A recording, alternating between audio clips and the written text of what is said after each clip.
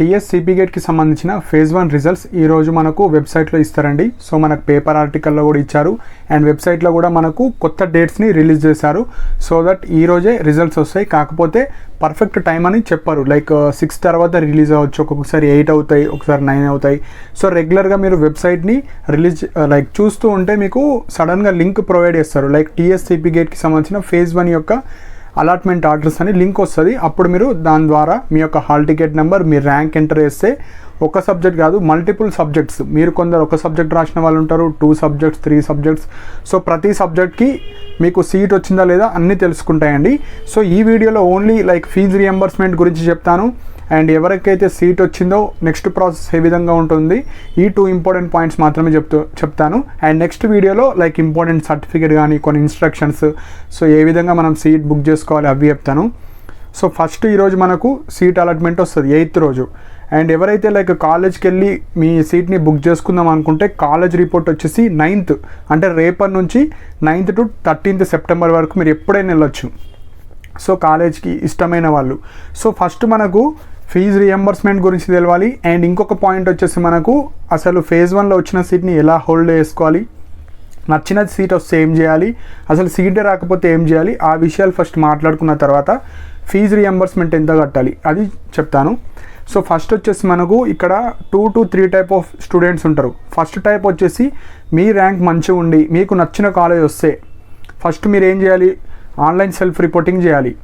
Online self reporting అంటే మీకు నచ్చిన సీట్ నచ్చిన కాలేజ్ వస్తే ఆ కాలేజ్కి నేను వెళ్తున్నా అని జస్ట్ ఆన్లైన్ సెల్ఫ్ రిపోర్టింగ్ చేసి ఎక్కడైతే మనకు 9th to 13th ఉంది, సపోజ్ మీరు ఓయూ అనుకున్నారు, ఓయూ వచ్చింది, లైక్ ఎవరైతే కేయూ అనుకున్నారు, కేయూ వచ్చింది, సపోజ్ హ్యాపీగా మీరు ఆన్లైన్ సెల్ఫ్ రిపోర్టింగ్ చేసిన తర్వాత 9th to 13th ఆ కాలేజ్కి వెళ్ళి సర్టిఫికేట్స్ చూపించి సెట్ ఆఫ్ జిరాక్స్ ఇచ్చేసి మీ ఒరిజినల్ టీసీ ఉంటే ఒరిజినల్ టీసీ ఇచ్చేసి మీరు వచ్చేయాలి. సో ఫైనల్గా మీకు ఫేజ్ 1కి సంబంధించిన అలాట్మెంట్ అయిపోతుంది.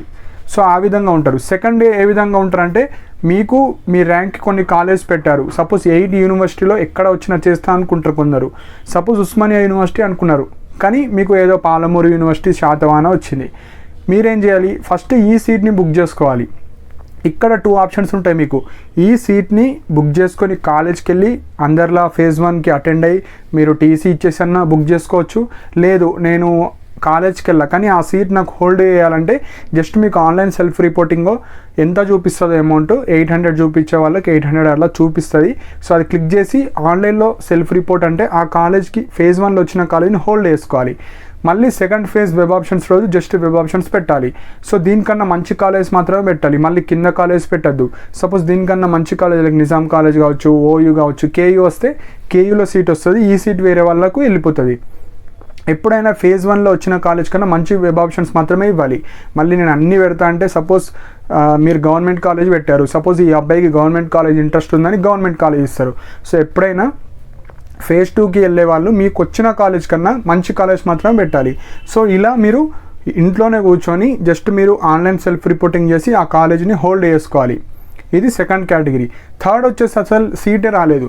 సో సీట్ రాలేదంటే మీరు మెయిన్ క్రైటీరియా వచ్చేసి మీరు తక్కువ వెబ్ ఆప్షన్స్ పెట్టండొచ్చు, సెకండ్ వచ్చేసి మీకు తక్కువ ర్యాంక్ ఉండొచ్చు, థర్డ్ వచ్చేసి మీరు కొన్ని సబ్జెక్ట్స్ రాసిన వాళ్ళు ఉంటారు అవి కొన్ని యూనివర్సిటీలో ఉంటాయి, గవర్నమెంట్ కాలేజీలో ఉండవు, ప్రైవేట్ కాలేజీలో కూడా ఉండవు.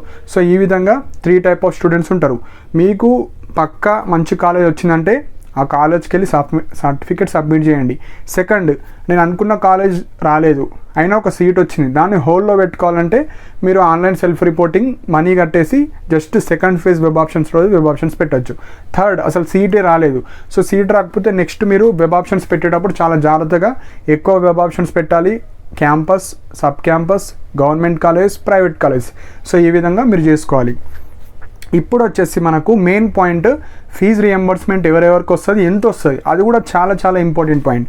సో ఫస్ట్ మనకు క్యాస్ట్ పరంగా ఉంటాయి, అది ఫస్ట్ చెప్తాను. సో ఫస్ట్ వచ్చేసి ఎస్సీ ఎస్టీ మైనారిటీస్. సో ఈ కేటగిరీ స్టూడెంట్స్కి మీకు ఫుల్ ఫీజు రియంబర్స్మెంట్ వస్తుంది. అంటే ఇక్కడ కూడా మీకు ఇన్కమ్, సో ఇన్కమ్ సర్టిఫికేట్ ఎవరైతే ప్రాపర్గా April 1 తర్వాత పెట్టి మీ యొక్క వ్యూ రిపోర్ట్లో లోవర్ వచ్చిన వాళ్ళకు మాత్రమే మీకు ఫీజు రియంబర్స్మెంట్ వస్తుంది. సపోజ్ ఇన్కమ్ సర్టిఫికేట్ ఉండి లేదంటే పాత ఇన్కమ్ సర్టిఫికేట్ ఉన్న వాళ్ళు మళ్ళీ ఎడిట్ చేసుకోండి.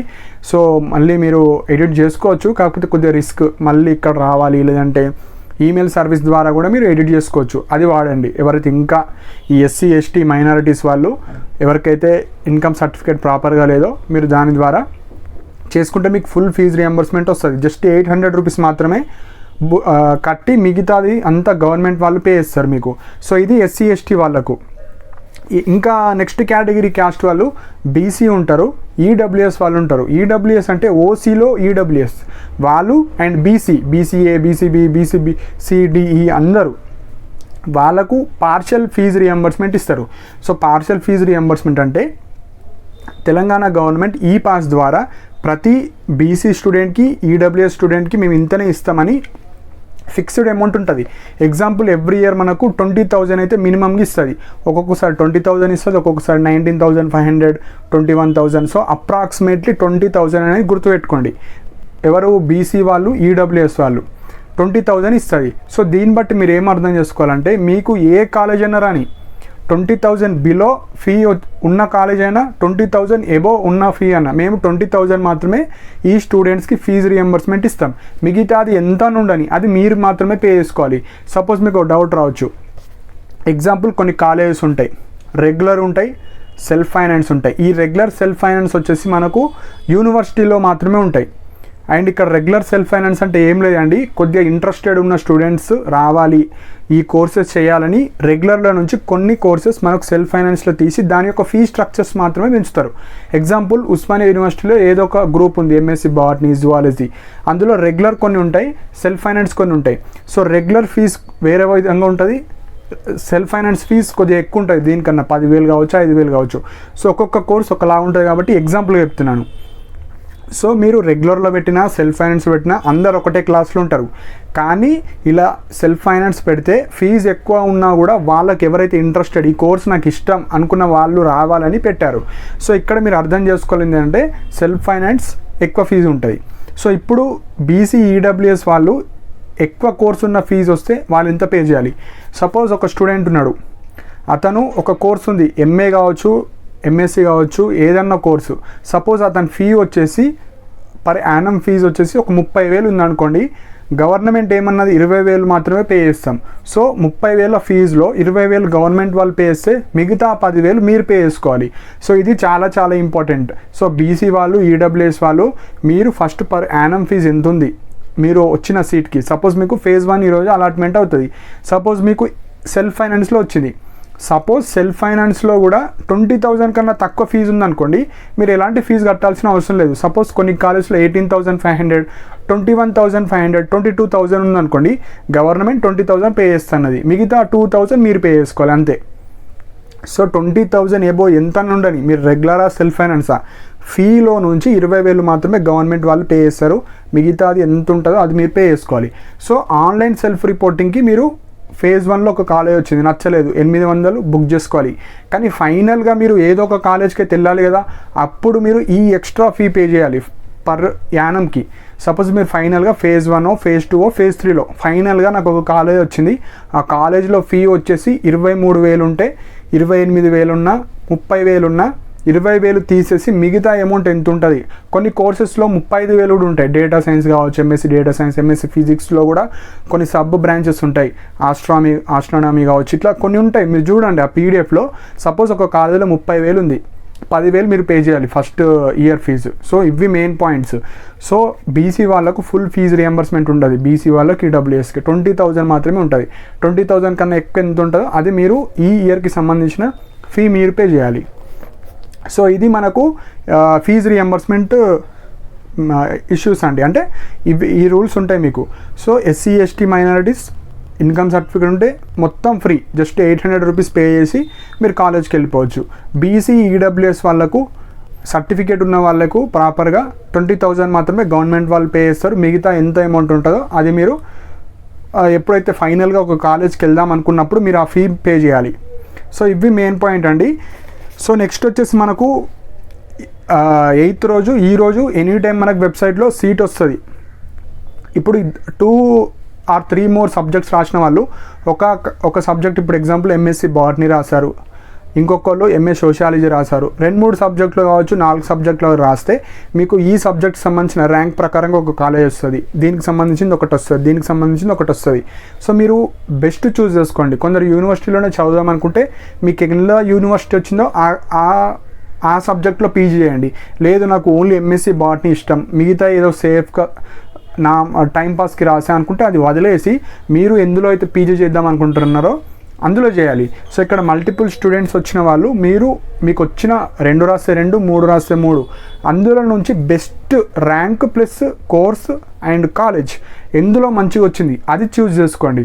అండ్ ఇంకొక పాయింట్, ఈ పీజీ కూడా మీకు గవర్నమెంట్ జాబ్కి ప్రిపేర్ అయ్యేలాగా ఉండాలి. అంటే మీరు జేఎల్ అవ్వచ్చు, డిఎల్ అవ్వచ్చు, మనకు గురుకులాల్లో పీజీటీ పోస్టులు ఉంటాయి. సో వీటికి ఆ పీజీ చేయడం వల్ల మీకు గవర్నమెంట్ జాబ్కి ఎలిజిబుల్ అయ్యే పీజీస్ వస్తేనే మీరు చేయండి. అంటే ఇప్పుడు MSc botany, zoology, chemistry and MA public administration కావచ్చు, ఎంఏ వేరే ఏమైనా రాస్తే మీరు ఫస్ట్ ప్రిఫరెన్స్ మీ కోర్ బ్రాంచ్కి ఇవ్వండి. అంటే బీఎస్సీ తర్వాత ఎంఎస్సి ఫస్ట్ ప్రిఫరెన్స్ అట్లా ఇవ్వండి. సో వేరే సబ్జెక్ట్స్కి సెకండ్ ప్రిఫరెన్స్ ఇవ్వండి. ఎప్పుడైతే సపోజ్ మీరు అనుకున్న కాలేజ్లో అనుకున్న బ్రాంచ్లో హెవీ కాంపిటీషన్ వల్ల మీకు ప్రైవేట్ కాలేజో గవర్నమెంట్ కాలేజ్ వస్తే, నార్మల్ సబ్జెక్ట్లో మీకు యూనివర్సిటీ వస్తే అప్పుడు యూనివర్సిటీ ఆ సబ్జెక్ట్ చూస్ చేసుకోండి. మీకు రెండిట్లో యూనివర్సిటీ వచ్చింది, ఫస్ట్ ప్రిఫరెన్స్ మీ కోర్ బ్రాంచ్, మీరు బీఎస్సీ అయితే ఎంఎస్సీ సబ్జెక్ట్ చూస్ చేసుకోండి, బీకామ్ అయితే ఎంకామ్, బీఏ అయితే ఎంఏకి సంబంధించిన మాత్రమే మీరు అందులో చూస్ చేస్తే మీకు కెరీర్ పాత్ బాగుంటుంది. సో ఈ విధంగా మీరు ఫేజ్ 1కి సంబంధించిన రిజల్ట్స్ వస్తే చూసుకోండి. మల్టిపుల్ సబ్జెక్ట్స్ ఉన్న వాళ్ళు ఈరోజు డిసైడ్ అవ్వండి. హరిగా ఈరోజు పే చేసేసి అట్లా చేసుకోకండి, వేరే వాళ్ళ సజెషన్ తీసుకోండి. మీ గోల్ ఏంది ఫ్యూచర్లో, అలా ప్రాపర్గా మంచి సబ్జెక్ట్ చూస్ చేసుకోండి. సెకండ్ వచ్చేసి ఎవరైతే లైక్ ఇంకా వెబ్ ఆప్షన్స్ పెడదాం అనుకుంటే మీరు వచ్చిన సీట్ని బుక్ చేసుకోండి. ఎంతైతే 800 రూపీస్ పే చేసిన తర్వాత సెకండ్ ఫేజ్లో మళ్ళీ చేంజ్ అయితే ఈ సీట్ పోయి మంచి కాలేజ్ వస్తుంది. ఎప్పుడైనా వెబ్ ఆప్షన్స్ పెట్టేటప్పుడు జాగ్రత్త, సెకండ్ ఫేజ్లో మీకు వచ్చిన కాలేజ్ కన్నా మంచి కాలేజ్ మాత్రం పెట్టాలి. ఇప్పుడు ఉస్మానియా, కేయూ ఏదో ఇంకొక కాలేజ్ అనుకున్నారు, సపోజ్ మీకు గవర్నమెంట్ కాలేజ్ వచ్చింది, తర్వాత ఏం చేస్తారు, ఈ గవర్నమెంట్ కాలేజ్ కన్నా పైన కాలేజ్ మాత్రం పెట్టాలి.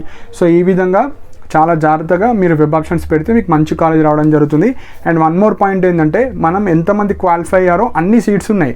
ఇప్పుడు మనకు 50,000 55,000 సీట్స్ ఉన్నాయి, కానీ క్వాలిఫై అయిన వాళ్ళు 60,000. సో ప్రతి స్టూడెంట్కి ఏదో ఒక కాలేజ్లో సీట్ అయితే పక్కా వస్తుంది. కానీ గవర్నమెంట్ సీట్ రావాలంటే మీకు మంచి ర్యాంక్స్ రావాలి. సో మీకు ఆల్రెడీ ఈరోజు తెలిసిపోతుంది ఎవరికి ఏ ర్యాంక్ వచ్చింది అన్నీ చూసుకోవచ్చు. సో ఇవి మెయిన్ పాయింట్స్ అండి. ఇంకా ఏమైనా డౌట్స్ ఉంటే కింద కమెంట్ సెక్షన్లో మెన్షన్ చేయండి. అండ్ నెక్స్ట్ వీడియోలో లైక్ ఇంపార్టెంట్ సర్టిఫికేట్స్ కావచ్చు, ఇంకా ఏమన్నా మీరు అడిగే డౌట్స్ని ఇంకొక వీడియో చేయడం జరుగుతుంది. సో సీట్ వచ్చినా రాకపోయినా ఏం వరి అవ్వకండి, చాలా సీట్స్ ఉన్నాయి. గవర్నమెంట్లో కాకపోయినా మీరు ప్రైవేట్లో కూడా పీజీ చేసుకోవచ్చు. సో కొద్దిగా మంచి ర్యాంక్ వచ్చిన వాళ్ళకు యూనివర్సిటీ వస్తుంది. సో ర్యాంక్ వచ్చిన తర్వాత మనం ఇంకొకసారి వీడియో చేద్దాం. సో అప్పటి వరకు మీరు సర్టిఫికేట్స్ అన్నీ రెడీ చేసుకొని పెట్టుకోండి, మనీ కూడా రెడీ చేసుకొని పెట్టుకోండి. ఎవరైతే ఫస్ట్ ఫేజ్లో మీకు వచ్చిన కాలేజ్లో జాయిన్ అవుదాం అనుకున్న వాళ్ళు. సో ఇంకా ఏమైనా డౌట్స్ ఉంటే కింద కమెంట్ సెక్షన్లో మెన్షన్ చేయండి. అండ్ మీకు ఏమైనా పర్సనల్ గైడెన్స్ కావచ్చు, పీజీ గురించి, బీఎడ్ గురించి, సో పిహెచ్డి గురించి ఏమన్నా గైడెన్స్ కావాలంటే ఎవరైతే నా ఛానల్ని సబ్స్క్రైబ్ చేసుకున్న వాళ్ళు ఉంటారో మీకు జాయిన్ బటన్ ఉంటుందండి. సో మీకు ఏమన్నా కొందరు మెడికల్ కోడింగ్ అంటే ఇష్టం ఉంటుంది. సో ఇలాంటి చాలా కోర్సెస్ ఉంటాయి, నాట్ ఓన్లీ పీజీ, వేరే సెక్టర్స్ కూడా ఉంటాయి. సో అలా ఏమన్నా సజెషన్స్ కావాలనుకున్న వాళ్ళు జాయిన్ బటన్ ఉంటుంది. సో మెంబర్షిప్ తీసుకోండి. ఈ 1 మంత్లో మీకు ఏమన్నా డౌట్స్ ఉన్న పీజీ, దీనికి సిపిగేట్కి సంబంధించిన కావచ్చు, ఏవైనా ఎడ్యుకేషన్ రిలేటెడ్ మీకు కమెంట్ చేస్తే ఆ కమెంట్ అనేది హైలైట్ అవుతుంది. సో మీరు అడిగిన క్వశ్చన్కి ఫస్ట్ ప్రిఫరెన్స్ ఇచ్చి మీకు ఆన్సర్ ఇవ్వడం జరుగుతుంది. కాబట్టి ఇంట్రెస్ట్ ఉన్న వాళ్ళు మాత్రమే తీసుకోండి. అండ్ అందరు స్టూడెంట్సే కాబట్టి నా ఛానల్లో స్టూడెంట్కి అఫోర్డబుల్ అయ్యే ప్రైజెస్లో 29 రూపీస్ మాత్రమే పెట్టాను. అండ్ ఆ 29 రూపీస్లో కూడా యూట్యూబ్ అతను ఒక 10 రూపీస్ అతను తీసుకొని నాకు 18 రూపీస్ అలా నాకు సెండ్ చేయడం జరుగుతుంది.